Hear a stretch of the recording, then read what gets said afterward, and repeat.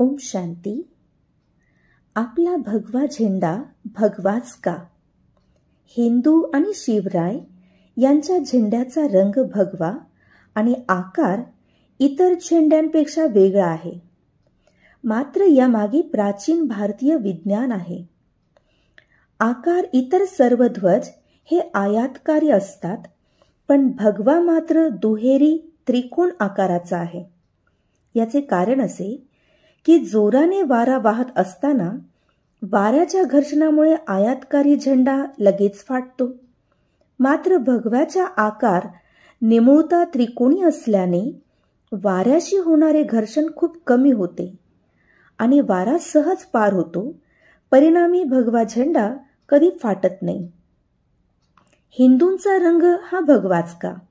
कारण जेव्हा सूर्य सकाळी उगवतो तेव्हा त्याचे तांबूस चमकदार बिंब पडत असतात आणि तोच खरा रंग। अंधार हे पापाचे प्रतीक, तर प्रकाश हे पापाविरुद्ध लढणाऱ्या प्रकाशाच्या पहिल्या किरणांचा रंग म्हणजे भगवा होय। अन्यायाविरुद्ध लढणाऱ्या पहिल्या शक्तीचे नेतृत्व हा भगवा रंग करतो।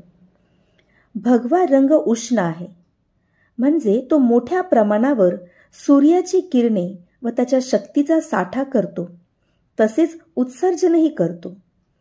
त्यामुळे भगव्याच्या संगतीत राहणाऱ्या व्यक्तींना त्या ऊर्जेचा सतत पुरवठा राहतो आणि थकवा पण जाणवत नाही।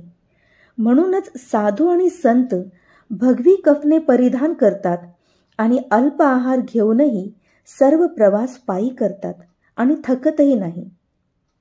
शिवरायांचे मावळे याच भगव्याखाली लढले आणि सतत विजयी झाले आणि म्हणूनच दूरदृष्टी असणाऱ्या शिवरायांनी भगवा रंगच निवडला। ओम शांती।